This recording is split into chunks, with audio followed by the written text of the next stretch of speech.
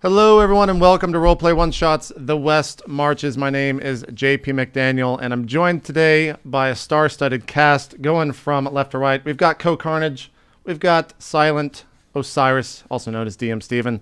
We've got Ezekiel the Third, and last but not least, we've got ShannonZKiller. Let's find out what everyone is up to, and also just have a quick introduction of who they are. CohhCarnage, who the hell are you, man? Hi, I'm CohhCarnage. I stream occasionally on Twitch.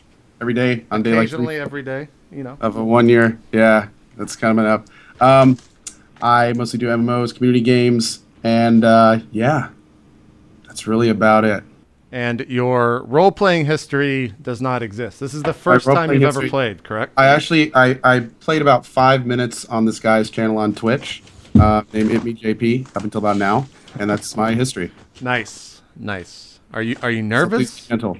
Am I nervous? Are you worried? Like what's going? I'm curious because we get a lot of first timers on the one shots. We had Waffle and Bacon Donut on. I guess Waffle had played before, but Bacon had never played before. Those guys are great. My legs are shaking. I'm white. I can barely see straight. I'm about to vomit. Nice. And overall, pretty good. Pretty good. Yeah. That's D&D. Nice. That's D&D. That's totally D&D. Is. Welcome to D&D. Cool. I'm excited to see how it goes for you. Steven, I know a lot of people in the roleplay world probably know who you are, but I think Ko, Shannon, and Zeke have brought their communities over, so who the hell are you to everyone else? Oh, man. Well, I work on a game called Warhammer 40,000 Eternal Crusade. I'm the lead level designer, and that's what I do in my day job. And in my night job, I make Dungeons & Dragons, and it's awesome. And I've been running a bunch of games for JP over on our other show called R&D, where we run a different game for like 4 to 8 weeks, and then we swap between a couple. I think we're on our 4th or 5th game now, and yeah, it's good time. So I'm super stoked. I'm super excited about the game that we have for you today. Awesome stuff. Zeke, also known as Ezekiel the Third. What's going on, man? Tell everyone a little bit about yourself for those that don't know. I stream, obviously. I'm another streamer on Twitch. I also used to roleplay a whole bunch with my buddy DP from the Sour Kool-Aid Show. He was my dungeon master for 6 to 7 years. I'm not sure exactly how long. But I roleplayed several different characters, and I'm just really, really jacked to try it again. I'm rusty as hell. I was looking through the player's handbook and stuff, and everything has gone out the window except the willingness to do this, man. I'm really, really excited, and especially with this great group of people. I can't tell you how honored and pleasured I am. You almost got through it. You almost got to be here. Yeah, exactly. There you go. Yeah. I also like you're coming to us from the Enchanted Forest. It looks like. That's right. I got a background. I didn't want the green screen. I wanted some cool rangery thing. So. He's outdoing you, man. Look, when we take our first break, you can go and get a new background. You'll figure it out. Co, you got it. Cool. I'm glad to have you here, Zeke. Last but not least, ShannonZKiller. What's going on? Who the hell are you? Who the hell am I? Jesus. Well, I am not actually that often streaming on Twitch. I'm an admin on Twitch, and I sort of manage the community for the 42nd, which is just on Sacriel's channel, and also is a Twitch team. So, and I help out on the Reddit. So I'm more of a sort of background. I'm like in the derriere of Twitch rather than the face, if that's a thing. Let's just make this really awkward now because we know it's going to get really bad. Not that awkward. Operating in the back end, maybe? We're still operating in the back end. We're still good. I haven't played D&D in about 2.5 years. I played for 9 years, but I've never touched 5th edition, so this will be my first experience with that. I'm kind of nervous. Cool. Especially because I've never pushed myself to this limit, so with a bard, this is going to be weird. Expect train wrecks. That's going to be good. Expect train wrecks. Awesome. Yeah. Awesome stuff. Well, cool. That's everyone on the show. Steven, we've done one shots before in the past. This one's going to be a little bit different as we're actually creating a world for them so that not every single one's different. You want to talk a little bit about that? Yeah. So, you can actually go check it out on Reddit. I wrote a big old post, and I'll actually link it in Twitch chat for you guys. Right? Yeah. Wow. And the idea is that, rather than just doing these disconnected one shots that are that are sort of like, we bring in a bunch of people, we play with them, and then we say goodbye, and their actions are gone. What I've done is I've created a world in the style of the West Marches. And the idea is that there's this town in the center of this area called Viriskali.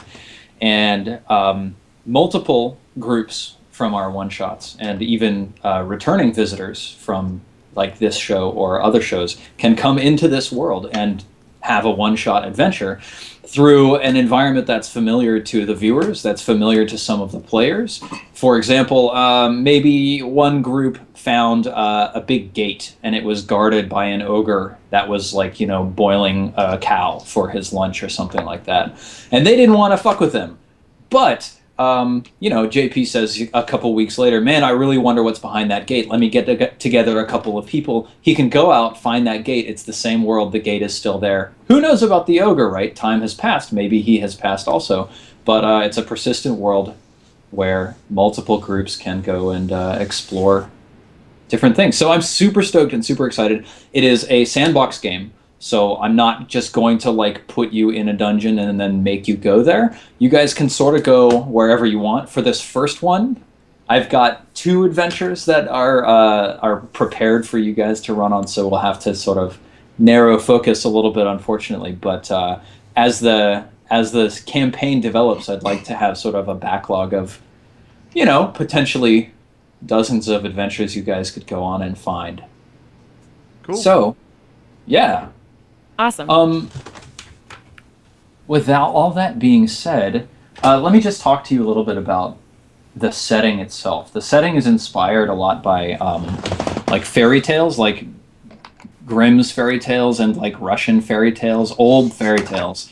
Books like the Chronicles of Prydain, the Black Cauldron, Arthurian legend and Irish legend. Someone on Reddit asked, like, this game seems pretty dark. Or the setting seems pretty dark. Like, what do you think about that? Let's see what exactly I had to say. I said I think dark is the right descriptor because what's outside of civilization is other. It's strange. It's weird. It doesn't play by our rules. Player characters will never fit in or be comfortable outside the boundaries of civilization. But for people who are dissatisfied with what the safety of civilization has to offer or find it boring, for example, for those people, venturing out into the wilds is a good way to ease their curiosity, and it's also the only way to attain greatness. Like, people in the world of the West Marches, they don't have upwards mobility, right, at all, or mobility, period. It's really quite stagnant. There's not a lot going on. So, for whatever reason, the 4 people who have gathered here today, each of their characters has found reason to leave civilization and go exploring into the wilds to try and, make sense of the world. Let's meet our characters. I think that would be a good thing to do now. So, hopping over to Roll20. Shannon. Oh, you gotta start with me. Why don't we start with you? You scumbag DM. Yep. Hi, I'm Bardrick Barterson. Yes! Not to be confused with a male. I was born a female, which must to the disappointment of my father. But then I did follow in the footsteps of the family tradition, and I am a 7th generation bard. Not necessarily one of the best. We're not known for being famous or successful, but we're just well respected, or we like to think that we are. Excellent. What's your background on your character sheet, Bardrick Barterson? Let's see. I actually don't remember what was written there. I'm an entertainer. I specialized in fire, Eating? magic, all that kind of stuff.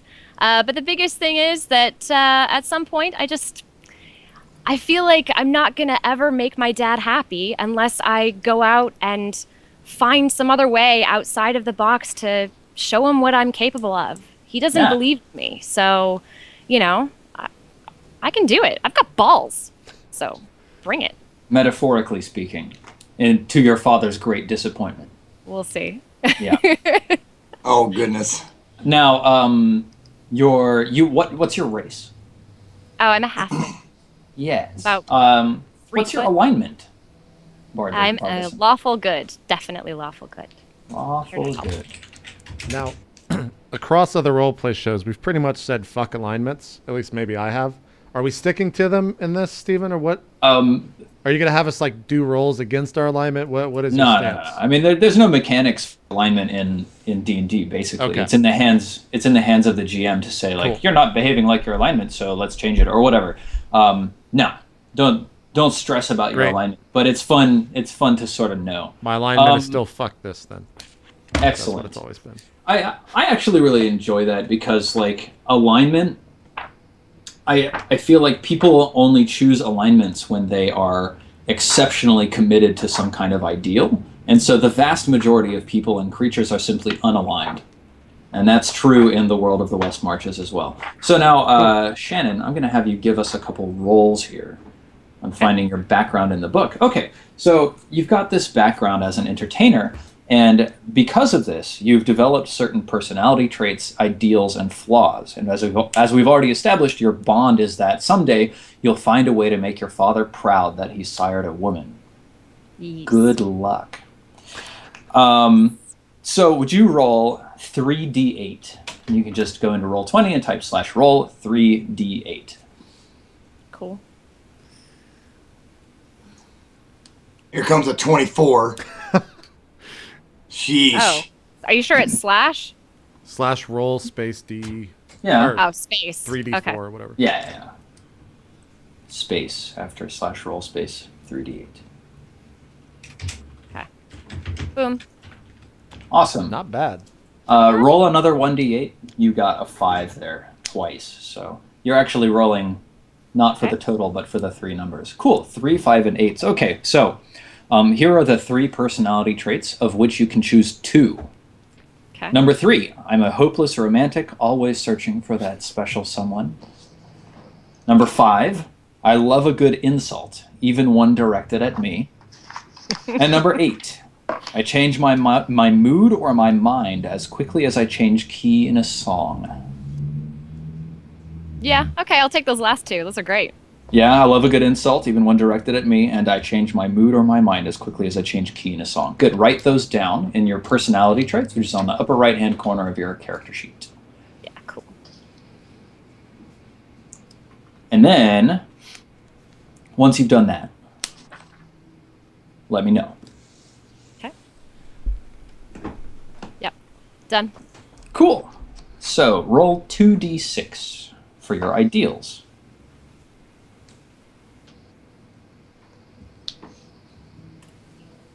2 and 3. So 2, tradition. The stories, legends, and songs of the past must never be forgotten, for they teach us who we are. And 3 is creativity. The world is in need of new ideas and bold action. Which one? Right. The second one. Awesome. Creativity. The world is in need Yeah. of new ideas and bold action. Go ahead and write that down. Sounds awesome. And then roll 2d6 again. Also, we should state that, I don't know if we said this, but this is 5th edition, for those asking. Yeah, this is 5th edition D&D. 3 and 6. Okay, flaw. Number 3, a scandal prevents me from ever going home again. That kind of trouble seems to follow me around.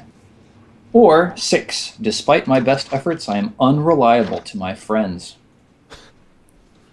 Ooh. Scandal or unreliable? Let's go with the scandal. Why not? Okay. Let's make it fun. Cool. Excellent. So let's see. Your personality traits are loves insults and changes mercurial. Cool. Your ideal was creativity, and your flaw is scandal at hometown. Troubles pursue. Excellent. So just to familiarize yourself with the character sheet, because I know it's been a while since you last played D&D, in the upper middle you've got your armor class, your initiative, which you'll add to any challenges to see how fast you go in combat. Your speed is the number of feet you can move around. You've got 8 hit points currently. Your stats are all on the left-hand side. you've got this long line next to your stats of saving throws and skills, and some of them have these little like filled in buttons. The ones that are filled in mean that you get your proficiency bonus added onto those skills. Currently, that's a +2, and that increases as your character levels up. So you're proficient in athletics, perception, performance, persuasion, and stealth. And the proficiency bonus is already factored in with the number that's written down there, so you don't have to do any fancy addition. You've got some equipment on the bottom of the page, and your spells are on the 3rd page. And I've written the page number there for you to find in your copy of the PHB. Awesome. Cheers. And so spellcasting, you have 4 level 1 spells. Let me actually check this because I totally forgot to look it up. I don't know if bards prepare spells, so looking it up really quickly. I have no idea either. I know wizards do, unless that's changed since 3.5. Bards probably work the same as clerics do, I would think. That's also what I would think. I don't think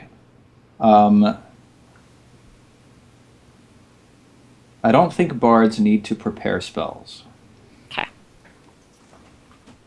So it's naturally imbued. Cool. Yeah, you just know them.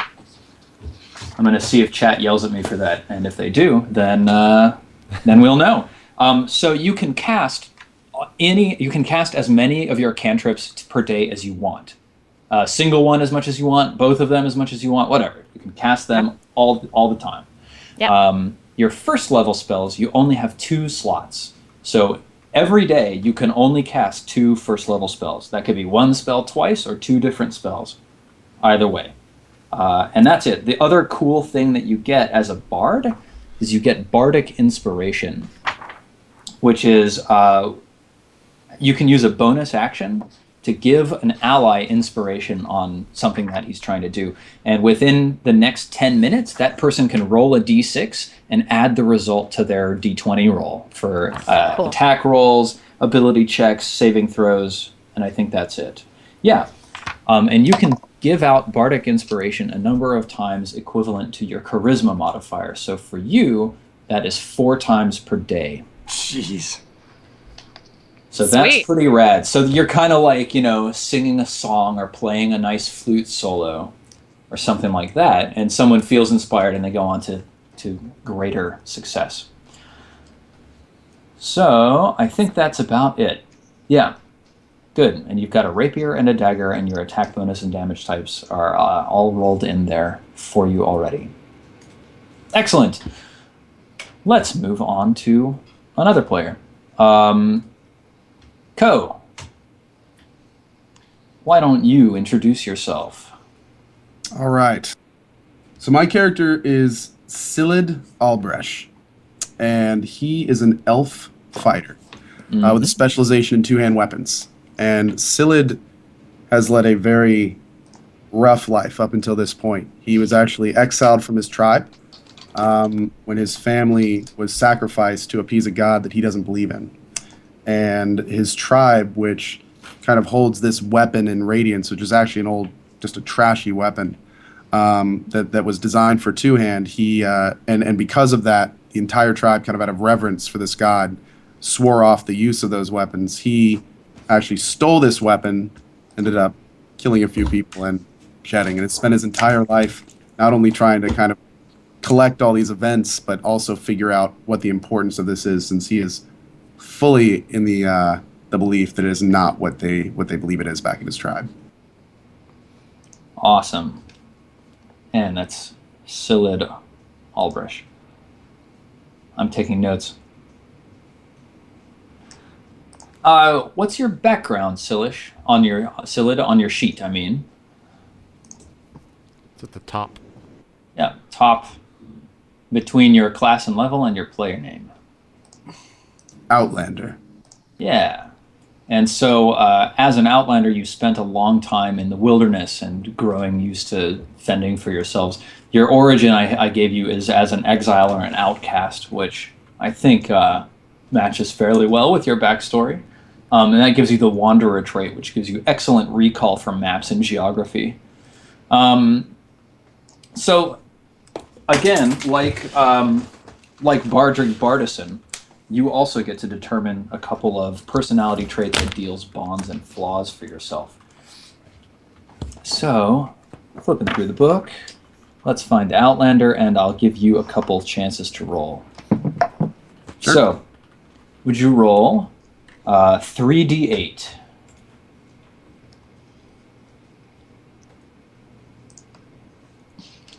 Three, 1, and 4. Okay, so personality traits. 1, I'm driven by a wanderlust that led me away from home. 3, I once ran 25 miles without stopping to warn my clan of an approaching threat. I'd do it again if I had to. And 4, I have a lesson for every situation drawn from observing nature. Choose 2. I'll go over them again if you want me to. Let's do the first and second one. You're driven by a wanderlust that led you away from home. Driven by wanderlust. And warned your tribe of a threat. Would do again. I'm going to go A++, would do again. Good. Ideals, roll 2d6, Co.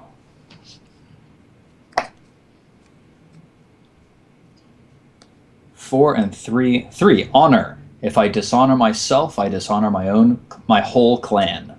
And 4, might. The strongest are meant to rule. Definitely the second one. Might. Awesome. Bond, roll 2d6 again.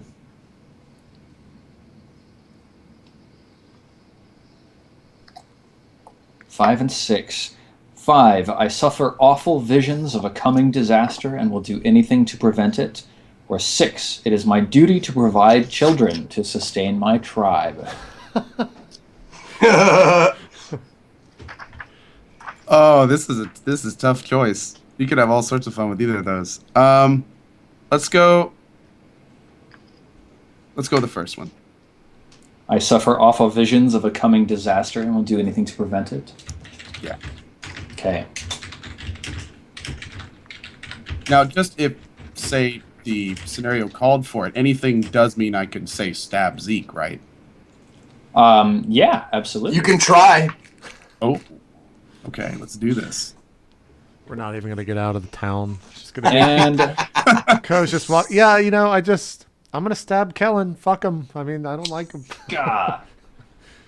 And your flaw, roll 2d6 again. 3 and 2. 2, there's no room for caution in a life lived to the fullest.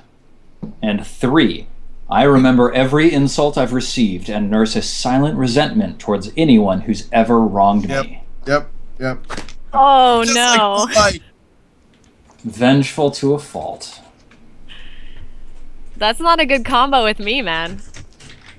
Yeah, she loves a good insult, even those directed at her. All right, so like with Shannon, here's a quick tour of your character sheet. In the middle, in this big gray block, you've got your armor class of 16. In order to hit you, a creature needs to roll a 16 or higher on a roll of a d20. So that's pretty solid. You've got a +1 to your initiative. Your speed is 30 feet instead of 25 feet. Halflings are a little bit slower than you elves. You've got 12 hit points. You've got all of these stats over on the left-hand side, and like with Shannon, you've got saving throws and skills next to them. You are also trained in a large number of skills: athletics, insight, intimidation, perception, and survival. And your +2 proficiency bonus is already rolled into the numbers there. So anytime, for example, if you make an athletics check to like run really far or climb or jump or anything like that, you'll roll a d20 +4 because that's your athletics modifier. And let's see here. I think that's about it. Your character is fairly simple. You did establish yourself as a fighter, right? You told everybody that's what you are? And then we talked about some more of the advanced stuff, the Eldritch stuff, but I'm guessing that was later? That's later. Okay, We made sure that you have enough intelligence to be able to cast spells later if that's ever in the cards. Cool. Yeah, so basically like at level 1, most characters start out pretty basic, and then at level 3, most characters make a big choice that defines sort of what branch they go down, kind of like a talent tree. And one of the fighter ones is the Eldritch Knight, which is super cool. All right, JP. Hello. Why don't we hear about you? Sure. My character's name is Isila. I am a male barbarian elf noble, which I think is a really interesting dynamic to have. Character-wise, he's kind of a... He tries to be a good guy, but his nobility, I think, gets in the way and clouds his judgment a lot of time, and he kind of throws that around to get what he wants. But most of the time, he's pretty gentle, pretty kind, unless someone pisses him off. And he's kind of racist. He kind of doesn't like any other races out there except for elves. He sees them as inferior and thinks that elves are the ones that should inherit the lands, and no one else should have any say or any role among them. But he has no problem interacting with other people. Apart from that, race is wood elf. I use a longsword. I'm dual wielder. I use a longsword and a hand axe. I can also use javelins. I think that's about it in terms of all of that stuff. We need to roll for the other things. Yeah. So what is it? 3d8? I think so. Go ahead and give us a 3d8, and then we'll see if I'm right. 8, 5, 7. LMN. Yep, perfect. So, 5, I don't like to get my hands dirty, and I won't be caught dead in unsuitable accommodations. 7, my favor, once lost, is lost forever. And 8, if you do me an injury, I will crush you, ruin your name, and salt your fields. The second and third one. All right, so your favor, once lost, is lost forever. What was the other one? If you wrong me, I will destroy you. Yeah. Okay. I will crush your enemies, see them driven before you, and hear the lamentation of their women. Yep. Those are personality traits, right? Yep. Also, for people that don't understand why we're choosing this stuff, it's not to... I mean, it kind of like pigeonholes your character into acting certain ways, but if you act properly according to how you roll, Steven can give your character inspiration, which allows you to roll 2d20 and take the better of the rolls. So yeah, it's an element that D&D threw in.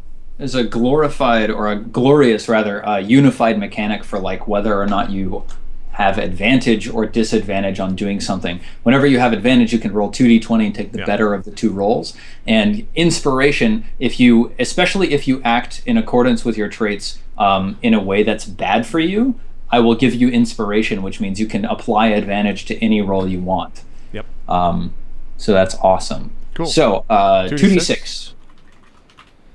3 and 1. 3 and 1. 1. Respect. Respect is due me because of my position, but all people, regardless of station, deserve to be treated with dignity. Or 3. Independence. I must prove that I can handle myself without the coddling of my family. Yep, let's go with that one. Independence. Cool. Bonds, 2d6. 6 and 2. 6 and 2. 2. My house's allegiance with another noble family must be sustained at all costs. Or 6. The common folk must see me as a hero of the people. Let's go with that one. Common folk must see me as a hero of the people. And then flaws, 2d6. 2d6. 3 and 5. 3 and 5. 3. I too often hear veiled insults and threats in every word addressed to me, and I'm quick to anger. Or 5. In fact, the world does revolve around me. Let's go with the first one. Okay. Quick to anger. You guys are an angry bunch. Holy shit. Why? I like how I'm just playing myself right now. Quick to anger. Everyone's gonna hate me. Yep, you are not gonna have a good time with this crew. Bardrick, Miss Bartison. All right, Kellen.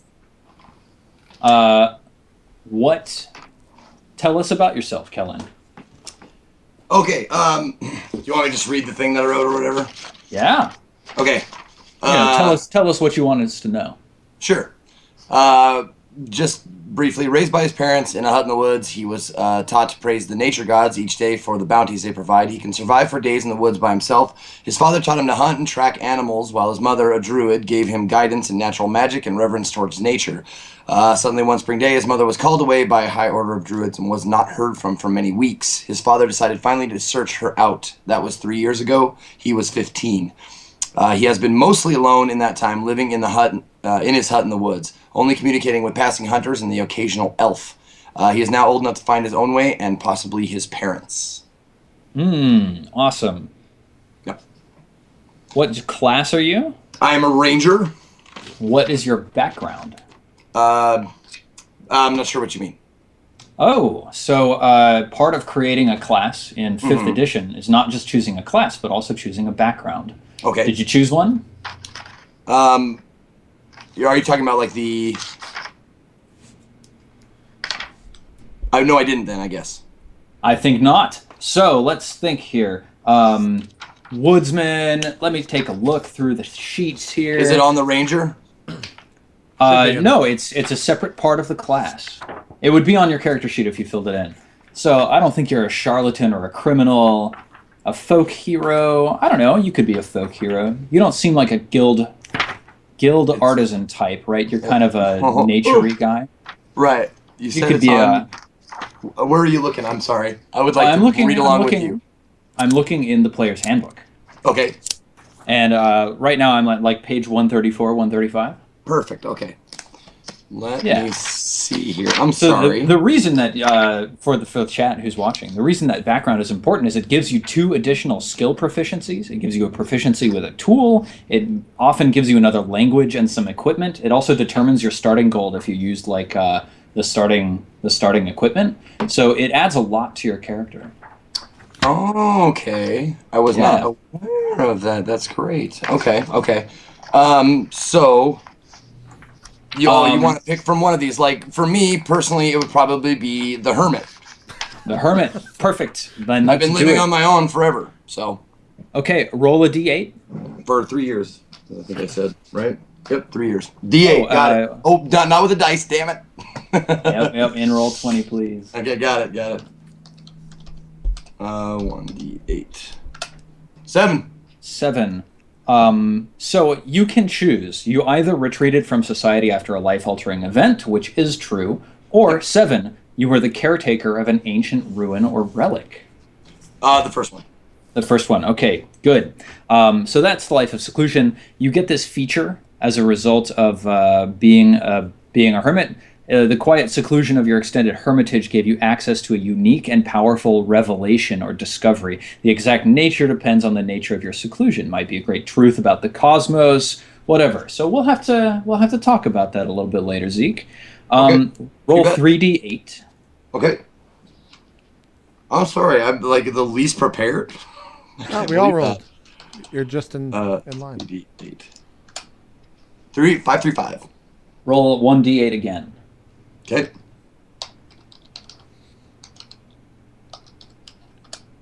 Seven. 5, 3, 7. So 3, the leader of my community had something wise to say on every topic, and I'm eager to share that wisdom. Okay. 5, I'm oblivious to etiquette and social expectations. Or 7, I often get lost in my own thoughts and contemplation, becoming oblivious to my surroundings. Choose 2. Okay. We'll do 7. Okay. Lost in your thoughts and contemplation. Yep. Let me write that down here. 134, 7. And then the other ones were 5 and 3. Yeah. Let's see. 5, oblivious to etiquette and social expectations, or 3, leader of my community. Oh, it's got to be 5 then. Okay. Yep. You're just oblivious all around. Yes, I am oblivious. I've not been around people for a long time, so. Works out. Perfect. 2d6, please. You bet.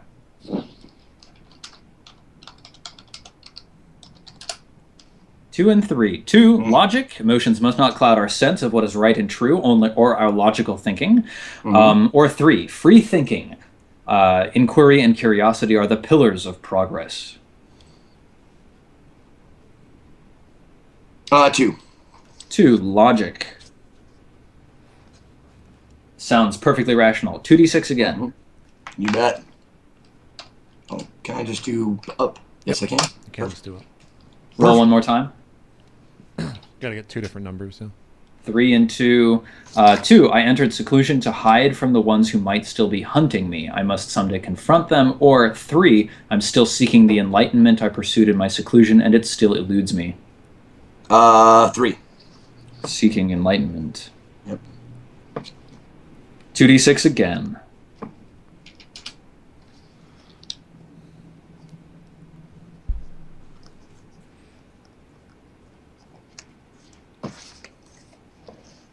Six and 2, yep. 6 and 2. So 2, I harbor a dark, bloodthirsty thoughts that my isolation and meditation failed to quell. Or 6, I like keeping secrets and I won't share them with anyone. You know what? Let's give him some bloodthirstiness. He's Absolutely. pretty bland right now. Let's give him something to harbor. A bloodthirsty, harbor dark, bloodthirsty thoughts. I love it. Awesome. Okay, so now we've met everybody. Oh, by the way, mark off that you have proficiencies in medicine and religion. You gained those as a result of being a hermit. You are proficient with an herbalism kit, and you have one. Okay. You've learned one additional language of your choice. And Elven. you start Elven. Cool. Yep. Excellent. So you guys will all be talking Elvish, and our halfling will just be left out in the cold. And mark down all of the equipment that's written there on page 134. A scroll case stuffed full of notes from your studies of prayers, a winter blanket, a set of common clothes, an herbalism kit, and 5 gold pieces. Just make a note of that on your sheet, and let's get started really quick. So here are some basic rules for the West Marches. I'm sorry. Just one quick thing. When you said medicine, religion, I know that the ability scores modify those. Do I get extra on top of that? Yeah. So like you'll see, you get this little like pip that you can fill in. So fill in the pip next to medicine and religion. Gotcha. And so like medicine is based off of your wisdom. Mm-hmm. So it's your wisdom bonus plus your what's called the proficiency bonus, which at level 1 is +2. Perfect. And so any skill that you're proficient in, you add your proficiency bonus, and any skill that you're not proficient in, it's only your basic ability score. Yeah. Ability bonus, yeah. Gotcha. Exactly. And you said you were a ranger. Yeah. Yes, sir. Cool. Okay, so to talk really quickly, just to like refocus everybody on what we're doing here. The West Marches is a common one-shot setting. Many diverse groups can play sessions in the same shared world. Here are the rules. You can join sessions whenever they're available, whenever we're going to run one on an at-will basis. Just, talk to JP. There's no assumed set party.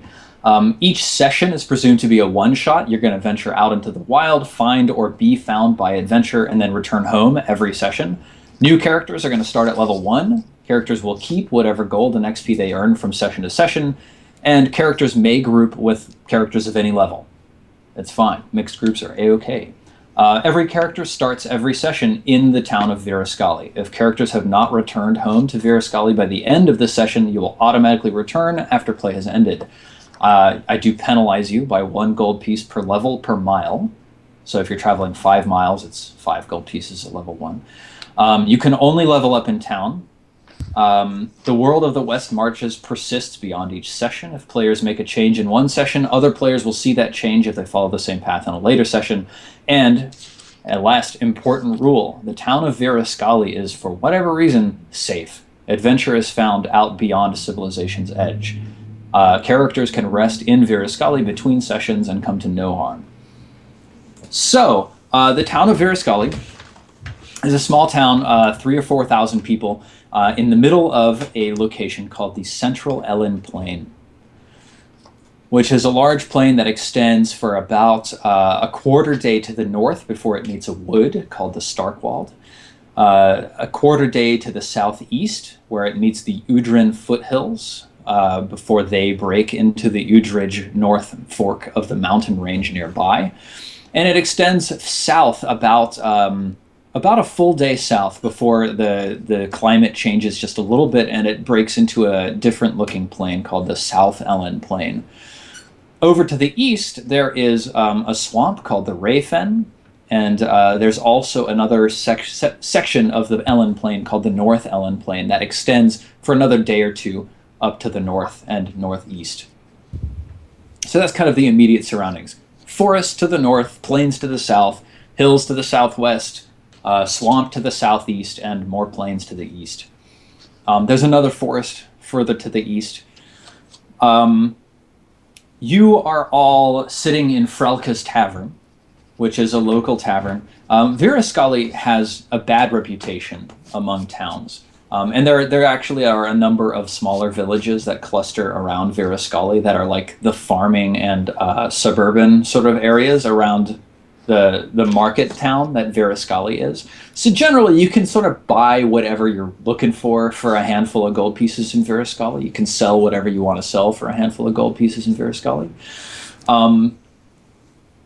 And you're hanging out in Frelka's Tavern. And let me see here. Is this bar a more common bar, or would someone who's nobility like myself be upset that he's having to be here? I think you might be a little upset. Like, okay. It's the only bar in town, right? If you want to drink, and especially, God, what is your name? Asila, especially Asila, if you want to find people like yourself who want to get out of town and check out what the world has to offer, gotcha. You got to come to places like this. Okay. But that doesn't mean you have to like it. Sounds good. Do we all know each other? Are we sitting at the same table, or? We're going to assume that you have all met each other by now. You've all been sitting at the same table, and a couple of you have heard of a couple of interesting things, and you're hashing it out to decide where you want to go and what you want to do. Ooh, so the town crier in Virascali has had this to say. Who would have been up early in the morning, like listening to the town crier's daily report? Zeke, whose name is Kellen the Ranger. Do you habitually rise early in the morning, Kellen? Yes. Early riser. Yep. Awesome. Have you met this person before? This town crier? Have you come out and listened to him or talked to him a couple days, or is it something that you just happened to do this morning that turned out good for you? No, I think as soon as I made my way into the town, he was probably one of the first guys I talked to see if they had seen seen my father come through here like 3 years ago. Uh-huh. How long have you been doing this? Having a chat with him to see how long he's been here, anywhere to go to find out anybody who's been here forever that might know something. Yeah. He probably pointed you to Frelka's Tavern because Frelka is kind of he's like a local legend, really. He's a half-elven guy. He's got Fey blood running through his veins, and so like he sort of tends to attract people who are kind of like that. Mm-hmm. And he's been around forever, right? He's probably like 110 years old or something like that. Way longer lived than normal. Okay. This town crier's name, by the way, is Boda, B-O-D-A. Yeah, he had this to say when you were hanging out, and there were a couple of people just listening to what he had to say, but nobody who looked interested in taking him up on the offer. He says, outriders have reported a stream out of the Starkwald to the north has become poison, slaying the land around it. The stream feeds into the Rayfen over at the border between Central and North Ellen Plains out in the east. Outriders followed the stream to its source, a ruined tower a day's journey into the Starkwald. Lights and strange chants were heard emanating from within. And that's what you heard. And the other thing, like, who would have like been talking to like local guards? The armed guards of Virascali. I would. Is that Silid? Yep. Silid. Yeah. So, like, similar questions. Is this something you do all the time? Are you a regular at, like, where the guards hang out? Do you go, like, dicing with them in the guardhouse every evening or something? I keep everything light and talk to everyone I see with any type of a large weapon. Okay. All right. So like you saw some guy with a big sword across his back and you said, that guy, he's someone I want to talk to.